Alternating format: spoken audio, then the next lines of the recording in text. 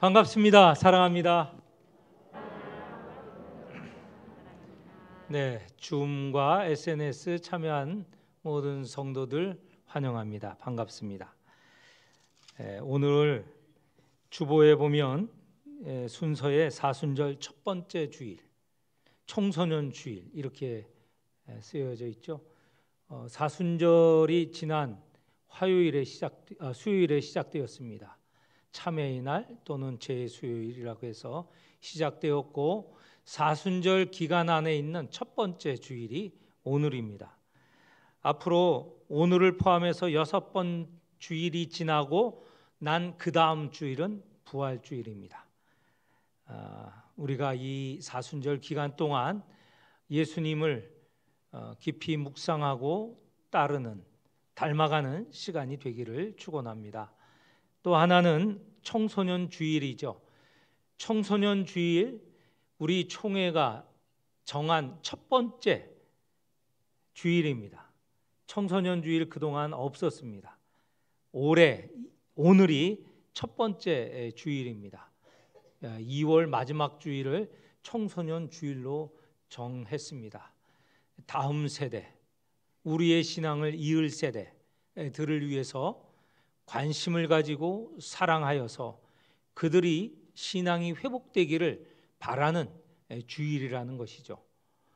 이따가 예배 중에 설교 끝나고 기도하고 난 후에 헌금 드릴 때 찬송 우리가 부르지 않고 일부 때는 청소년들이 나와서 찬양을 하고 또 찬무도 하였습니다. 그런데 오늘 지금 청소년들이 또 예배를 드려야 하기 때문에 오늘 이 시간에는 일부의 녹화 뜬 것을 보도록 하겠습니다.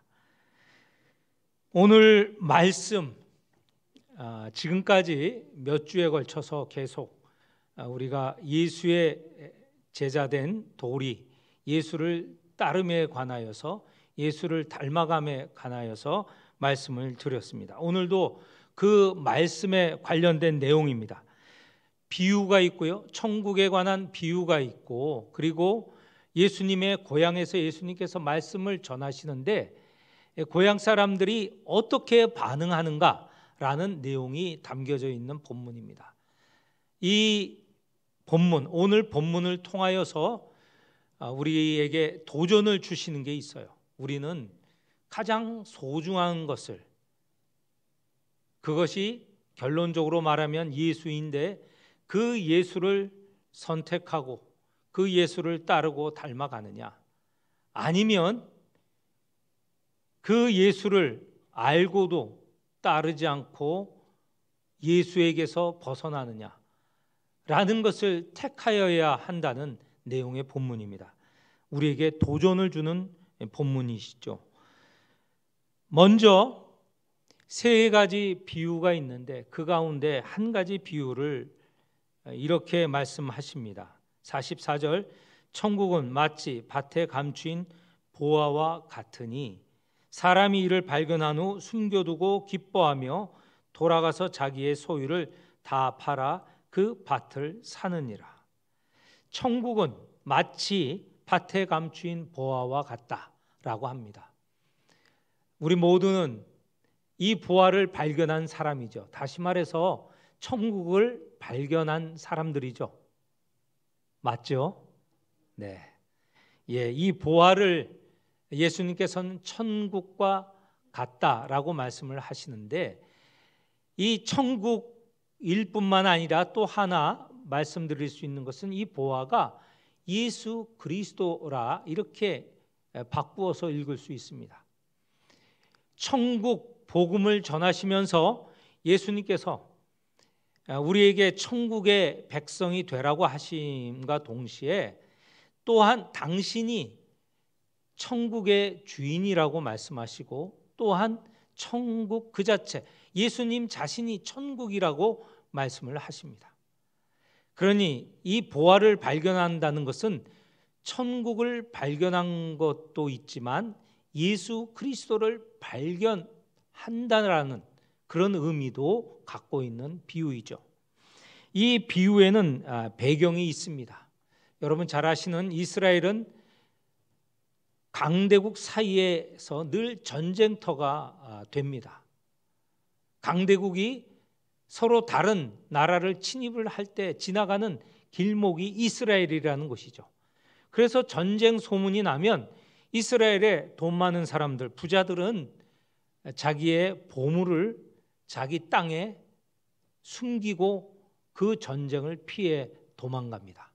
그런데 그 주인이 돌아오면 되는데 피하였다가 죽을 수도 있고요. 돌아오지 못하는 경우도 있습니다. 병들어 죽을 수도 있고 또 먼 나라로 갔기 때문에 돌아올 수 없는 경우도 있습니다. 그러면 숨겨진 보화는 잊혀지는 것이죠. 그런데 우리가 잘 알지만 어느 땅이든 다 주인은 있습니다. 예수님 당시 때 한 경우를 말씀을 하시는 겁니다. 땅 주인이 당시에는 직접 밭을 갈지 않습니다.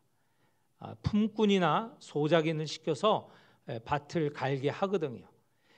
품꾼이나 소작인들이 와서 밭을 갈다가 그 밭에 숨겨진 보화를 발견합니다. 그러면 어떻게 하겠습니까? 발견한 보화를 다시 흙으로 덮고 마음속에 기쁨이 가득하며 집으로 돌아가죠. 그래서 자기가 팔 수 있는 거 다 팔아서 주인에게 찾아갑니다. 주인님, 제가 이 밭을 갈다 보니 이 밭이 저와 딱 맞는 밭이에요. 제게 이 밭을 팔아주십시오. 만약에 이 밭이 한 1,000만 원 한다면 1,500에서 2,000을 드리겠습니다. 그리고 밭을 삽니다. 그런데 이 사람이 산 것은 밭이 아니라 그 밭에 있는 보물 아니겠습니까? 그 보물을 사기 위해서는 자기가 가진 모든 것을 다 팔아 그것을 주인에게 넘길 수 있다는 것이죠. 보물이 그만큼 귀중하니까. 예수를 믿는 우리들, 천국 백성인 우리는 이 세상에 그 어떤 것보다 가치 있다고 생각하는 것이 천국이죠. 그 천국을 소유하기 위해서, 천국 백성으로 살아가기 위해서는 우리의 귀중한 것들도 다 포기할 수 있다는 것이죠. 내놓을 수 있다는 것이죠.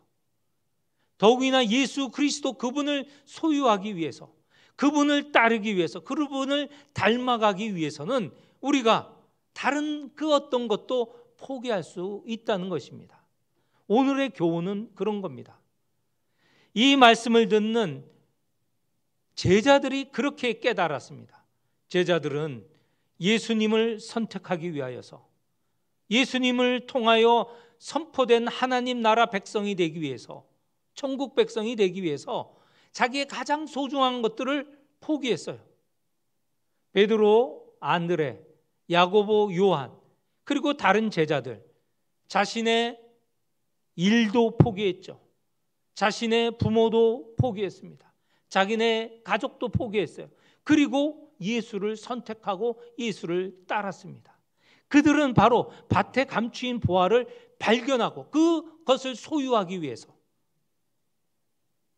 하나님 나라 예수 그리스도를 소유하기 위해서 그들은 가장 중요한 것을 내놓았다는 것입니다. 예수님은 이것을 말씀을 하시는 것이에요. 또 다른 천국 비유로 진주 이야기를 하십니다. 천국은 마치 좋은 진주를 구하는 장사와 같으니라고 하는 이 비유 역시 마찬가지죠. 이 진주가 세상 그 어떤 진주보다 더 뛰어난 그리고 가치 있는 것으로 안다면 진주 장사는 자기 것을 다 포기하고더라도 그 진주를 살려고 하는 것이죠. 위에 감추인 보화 이야기와 같은 내용입니다. 그런데 세 번째 비유는 좀 내용이 달라요. 이렇게 귀한 것이 있으면, 가치 있는 것이 있으면 그것을 선택하여야 되는데, 다시 말해서 예수 그리스도 하나님 나라를 선택하여야 되는데 그렇지 못한 사람이 너무 많다는 것이죠. 그것을 이렇게 설명합니다. 갈릴리에 그물을 치면 여러 가지 물고기가 잡혀요.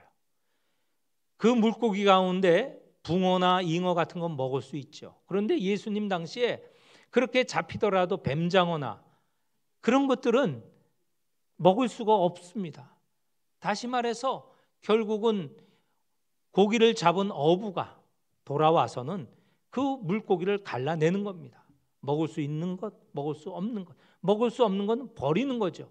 여기에 몸 불에 태워버린다고 하였습니다.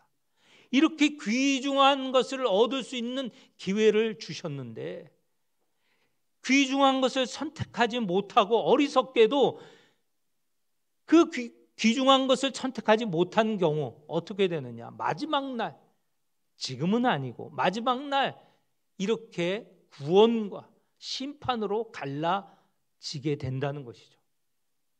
여러분은 어떤 것을 선택하겠습니까? 귀한 것을 선택하여야 되겠죠. 선택하지 못하여서 나중에 버릴 고기와 같은 그런 처지가 되어서는 안 되겠지 않습니까? 오늘도 우리에게 유효한 말씀입니다. 예수님께서는 이 세 가지 비유를 말씀하신 후에 제자들에게 너희들은 이 모든 것을 깨달았느냐? 가장 귀중한 게 주어졌고 그 귀중한 것을 선택할 때 구원이 이른다는 것, 영생이 이른다는 것 너희들은 깨달았느냐? 제자들은 대답했습니다. 51절 그러하외다. 우리는 깨달았습니다. 그러나 깨닫지 못한 사람들 너무 많은 것이죠. 그들은 버려지는 고기, 불태워지는 고기처럼 심판에 이를 수 있다는 것이죠. 이 깨달음의 문제입니다. 여러분은 어떤 제자입니까? 진정 참된 제자입니까? 깨달았습니까? 예수님이 고향에서 말씀하신 내용은 깨닫지 못한 사람들, 그들의 모습을 알려주고 있습니다.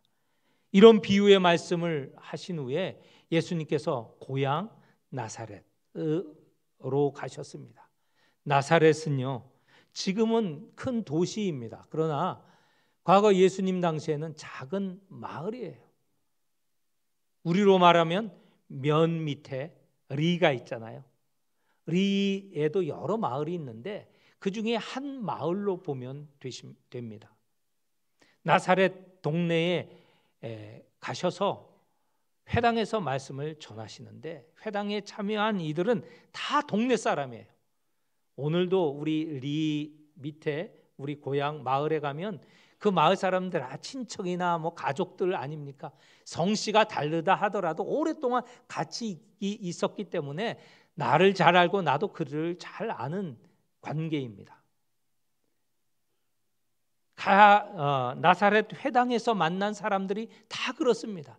예수님을 잘 아는 사람이에요. 예수님의 멀지 않는 친척들, 가족들이에요. 예수님을 얼마나 잘 안다고 했겠어요. 예수님에 대해서 그들은 어떤 생각을 갖고 있죠. 그런 생각을 우리는 선입견이라고 합니다. 선입견은 먼저 가진 생각이죠. 선입견이 모두 나쁘다는 건 아니에요. 그런데 그게 편견으로 바뀔 수 있어요. 내가 먼저 가진 생각 때문에 다른 참된 말, 진리의 말을 받지 못하고 내가 가진 생각을 왜곡수로 주장할 수 있게 됩니다. 그걸 편견이라고 하죠. 치우친 생각이라고 하죠.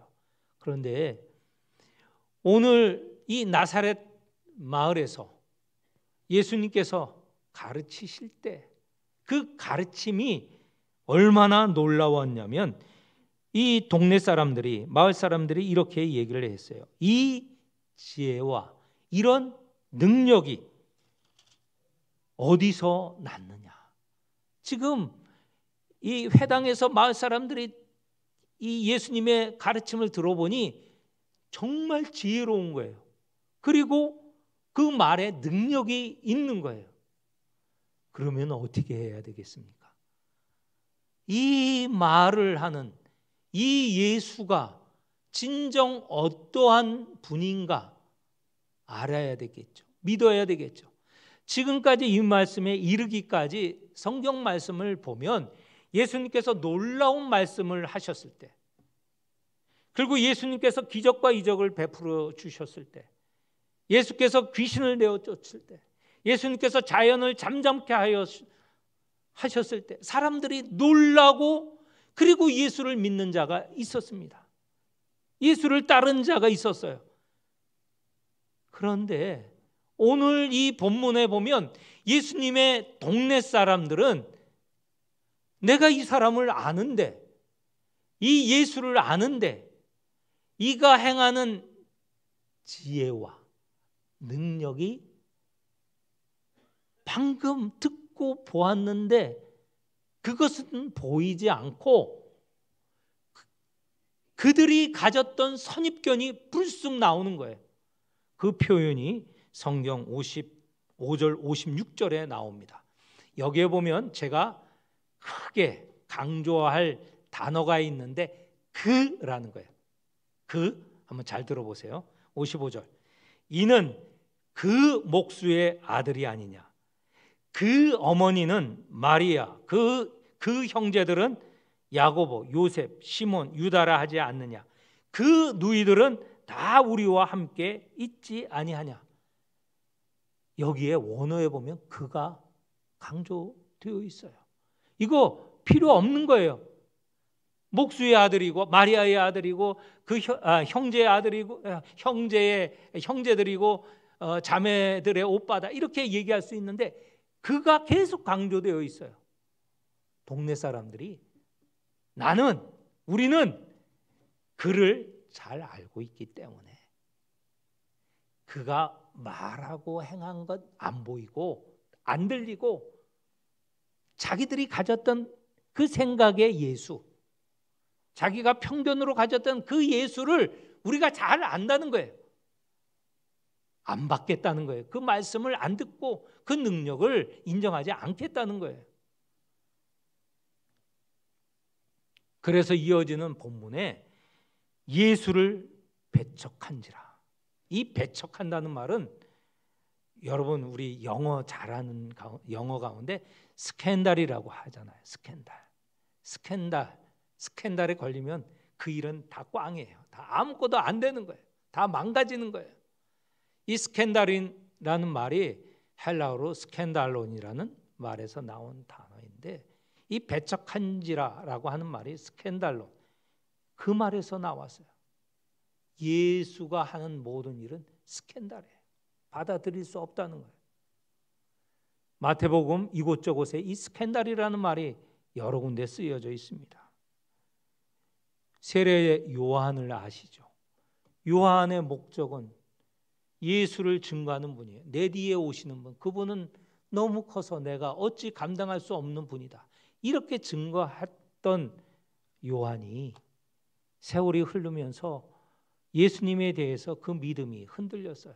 그래서 자기 제자를 보내서 오실 그이가, 다시 말해서 그리스도가 당신입니까? 이렇게 물었을 때 예수님께서 그 제자들에게 이렇게 말씀을 하셨죠.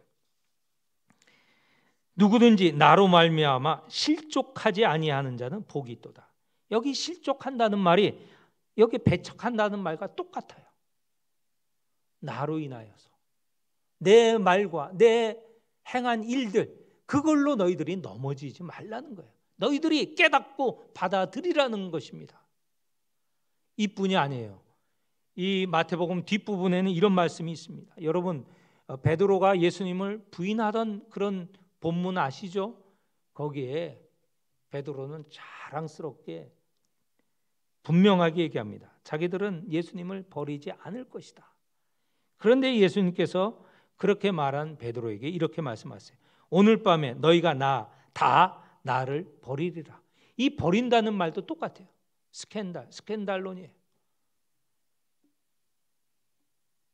이 버린다는 말로 번역하고 배척한다는 말로 번역하고 실족한다는 말로 번역하는데 이 모두가 다 같은 의미입니다. 예수 때문에 그 예수를 깨닫지 못하고 받아들이지 못하고 결국은 예수를 떠난다는 얘기예요. 예수에게서 부딪혀서 받지 않고 나간다는 거예요. 배척한다는 얘기, 반대한다는 얘기입니다.